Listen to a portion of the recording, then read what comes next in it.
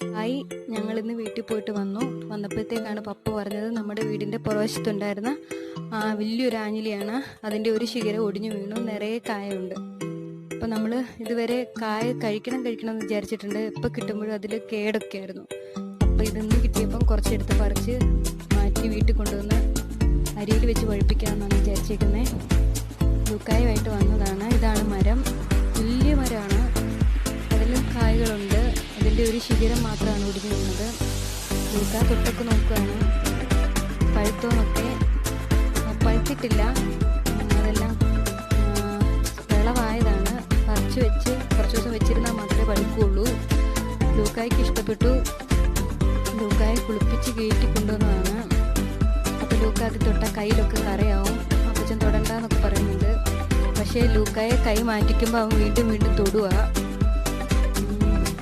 ഈ വലിയ മരമാണ്, അത്യാവശ്യം തടിയൊക്കെ ഉള്ളത്, വലിയ ആഞ്ഞിലിയാണ്. അതിൻ്റെ മണ്ടയിൽ ഇനിയും കായുണ്ട്. അപ്പം ലൂക്കായെ അവിടെ ഒരു മരത്തേൽ ഇരുത്തുവോ പപ്പ. ലൂക്കായെ ഇരുത്തി വണ്ടി കളിപ്പിക്കുവാണ്. ലൂക്കായ്ക്ക് ഇഷ്ടമാണ് ഇങ്ങനെയൊക്കെ ചെയ്യാൻ. ലൂക്ക അവിടെ തൊട്ട് താഴെ ആട് നിൽപ്പുണ്ട്. അപ്പുറത്തെ വീട്ടിലെ ആൾ നമ്മുടെ ഇവിടെ കൊണ്ട് ആടിനെ കെട്ടും. ലൂക്ക ആടിനെ നോക്കി നിൽക്കുമായിരുന്നു. ഒരു കായ ഞാനത് കളിക്കാൻ വേണ്ടി കൊടുത്തിട്ടുണ്ട് ഇപ്പം, കാരണം കരിഞ്ഞു. അപ്പോൾ തറയിൽ കിടന്ന 2 കായ കൊടുത്തു. അതിപ്പോൾ താഴെ പോയി. ഇനി ഞങ്ങൾ തിരിച്ചു പോവുകയാണ്. പോകുമ്പം വലിയൊരാട്, ഇത് ലൂക്കയുടെ ഒരു ഫ്രണ്ടാന്ന് പറയാം. ഇപ്പോഴും ലൂക്ക ഇതിനെ തൊടാറൊക്കെ ഉണ്ട്. അത് ലൂക്കേനെ തിരിച്ച് ഒന്നും ചെയ്യാറില്ല. ലൂക്കായ്ക്ക് ആദ്യം ഒരു പേടിയുണ്ട്. പിന്നെ തൊട്ടൊക്കെ കഴിയുമ്പോഴത്തേക്ക് അതങ്ങ് മാറും. ഇപ്പോൾ തൊട്ട് നിൽക്കുവാണ്.